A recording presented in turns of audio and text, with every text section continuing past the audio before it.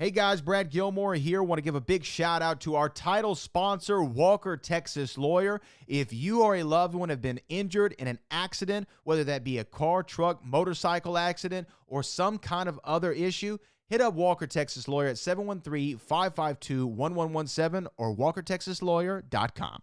Oh, Brad, what have you done now? Broadcasting live from Houston, Texas, and around the world. TV host, best-selling author, and radio personality Brad Gilmore brings you a collection of conversations with stars from movies. Matthew McConaughey. Brad Gilmore. Mark Wahlberg. Hey, how are you? The legendary Mr. Christopher Lloyd. Christopher, how are we doing? I'm doing good. Great introduction. Jessica Alba and Lizzie Mathis. Ladies, thank you so much for joining me. Thank you. Kevin Costner joins us. Thank you so much. Thank you. Television. Jimmy Fallon joins us this morning. Jimmy, how you doing, my friend? Good morning. Thank you so much, Brad, for having me. I appreciate this, bud. Kelly Ripa. Brad, thank you for having me. Comedy.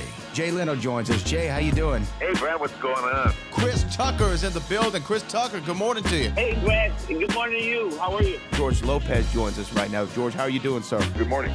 Music. Lola Monroe. Thank you. Thank you for having me. The legendary frontman of AC/DC, Brian Johnson, joins us right now. Brian, how you doing? Good morning, Brad. What lovely to talk to me, funny lad. Megan Trainor. Thank you so much, Brad. You're awesome. Chloe Bailey joins us. I appreciate the time. Appreciate you. And more. This is The Collection. Now your host, The Boat. Brad Gilmore.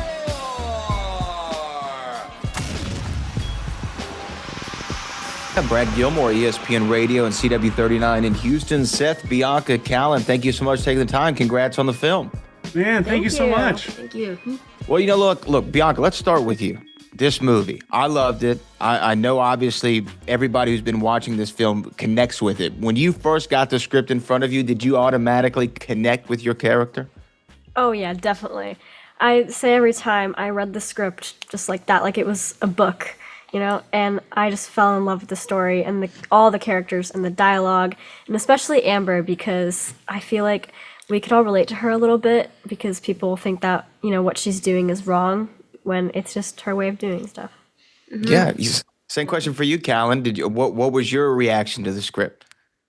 My reaction to the script was, wow, Bowman is such a jerk. He is such a comedic little jerk that you want to love, but you also kind of hate him.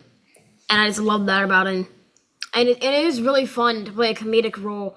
I feel like I almost, like, every role I do, it'll have some kind of part of comedy in it, because that's what I think I'm really good at. Yeah, and you are.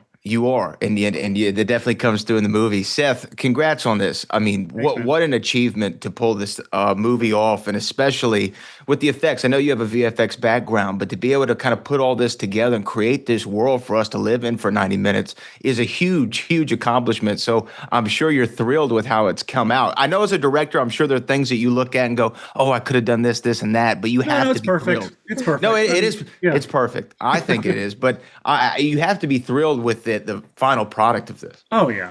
Man, we had such an incredible team that pulled this movie off that I am sitting here taking all the credit for, because they're not. I'm here and they're not. But this was such a massive team accomplishment and achievement. I'm still blown away by what we were able to accomplish with the resources we had. This has been such a special and important project for Tony Hale and I, because Tony was a producer on the film. It took us like 6 or 7 years to even get money to get it made. And in that time, you give up a million times, right? But it keeps coming back and chasing you because it's something that you believe in and something that you feel the world compelled to give to the world, because and this was definitely one of those things, because it was dealing with issues that feel so important to Tony and I, both as parents but as human beings also, of just the need to be able to create spaces for ourselves and the people in our lives to process pain and more complex and darker emotions through some healthy way, particularly through art and creative expression. It's just such a that pain is going to go somewhere.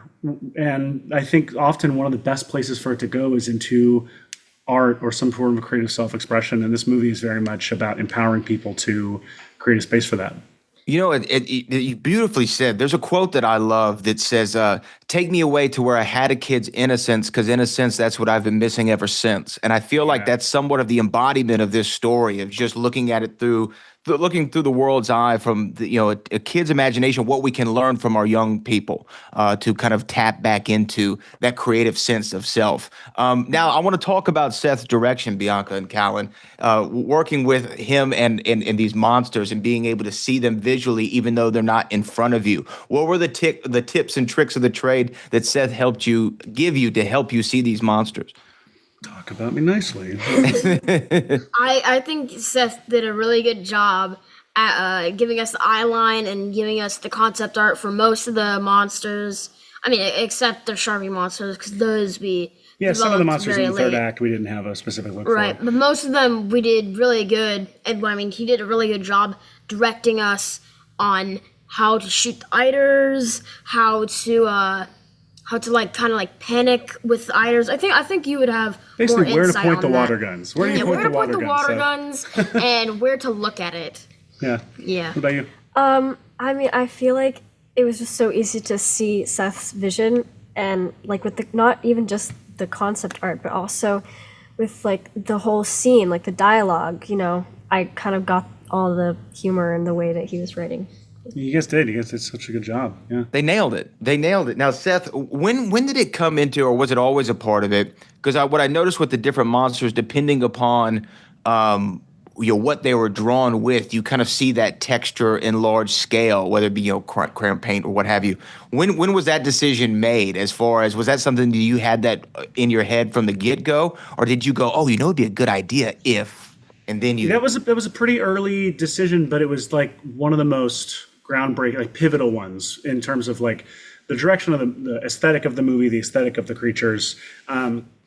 This idea that the monsters would be made of whatever Amber drew them with spoke to the visual aesthetic, so that they would need to feel like they were made of like crayon wax or chalk or pencil lead. It spoke to the aesthetic. It spoke to like how one would destroy monsters or damage them. Like if you get crayon wax in heat, it's going to start to melt. If you strike chalk hard enough, it turns to a fine powder and fills the air. And that created all kinds of visual opportunities and staging and action sequence opportunities. And it all just kind of started to, I don't want to say fall into place, because it was a lot of work, but like the aesthetic and the design of these creatures definitely started to fall into place once we had that idea. Yeah, I mean, what a great idea, as far as just from a narrative sense and from that effect sense, to really bring the audience member into it. I thought that was really great. Now, Bianca, Kalon, what do you want people when they see this movie? What do you want people to walk away with when they see it? What's the message you want them to bring home with them? Do you have something to say about that? Yeah, actually, I don't know. You go first. Okay. I want people to take away from this movie that you shouldn't hide your emotions. You should learn to deal with them and how to process it, almost. What about what do you think Bowman would say? Oh yeah, what Bowman would say is, if you're gonna be a beehole, be a courageous beehole. You know what? Words to live by. Words to live by. I think that y'all did a great job. So congratulations again on the movie. Thanks so much for taking the time. And again, great job on this film. Thank you so much, man. It's great talking to you. All right, y'all have a good one. Bye-bye. Bye-bye.